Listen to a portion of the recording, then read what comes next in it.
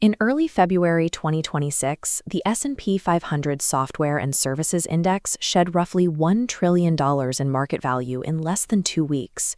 Thomson Reuters recorded its largest single-day stock decline, with established platforms like LegalZoom dropping nearly 20% in a historic sell-off. This crash wasn't triggered by a widespread product failure or a catastrophic security breach. The market suddenly believed that buyers could build their own software, and that belief alone moved billions. The catalyst for this panic is a practice called vibe coding. AI-assisted coding tools now allow non-developers to describe a workflow in plain English, and within hours they receive a working internal tool without writing a single line of traditional code. The economics of buying software suddenly looked exposed. Startups began replacing entire customer service teams with AI coding tools, and major players like Klarna dropped established legacy systems like Salesforce to rely entirely on in-house AI builds. If the first thing a potential buyer sees on your website is a list of features they believe they can prompt into existence on a Tuesday afternoon, your product is perceived as obsolete before you even make the pitch. To understand what software is actually worth in this environment, we have to look past the top-line features and pull it apart, layer by layer, like a physical machine. At the very top, you have the user interface, basic automations, and simple, single-purpose workflows. This top layer is completely commoditized. A determined team using modern AI tools can replicate these functions in 6 months or less. If your SaaS product is a thin wrapper consisting only of this surface layer, with no heavy compliance or integration dependencies, the threat of being replaced is real.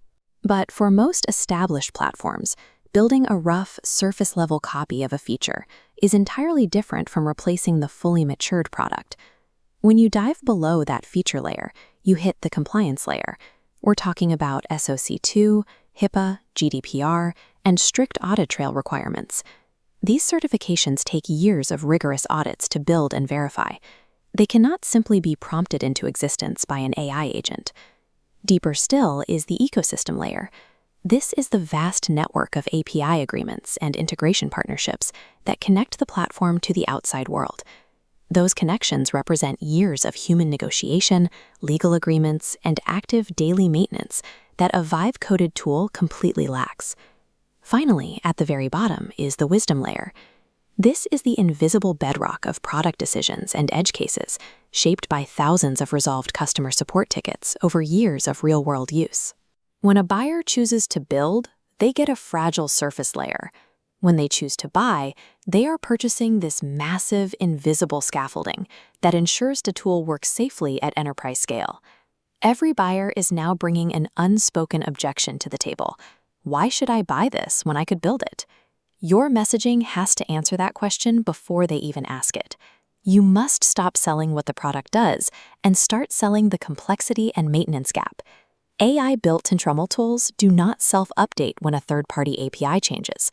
They don't carry security certifications, and they don't offer a dedicated support team when things break. Over a 2 to 3 year horizon, those hidden costs compound rapidly. Set aside 30 minutes to audit your homepage and restructure your messaging around this reality. Read your headline. If it describes a well-prompted internal tool that could be built in a day, delete it. Take your SOC 2 and security layers out of your hidden trust pages and put them directly into your primary headline conversation. Stop listing a generic count of integrations. Name specific integrations and explicitly quantify the time, money, and manual labor they eliminate for specific roles on the buyer's team. The narrative that software is dead is, in the words of NVIDIA CEO Jensen Huang, the most illogical thing in the world. Software is alive and well, but the assumption that your buyers have no alternatives is over. Feature-first messaging loses buyers before the conversation starts.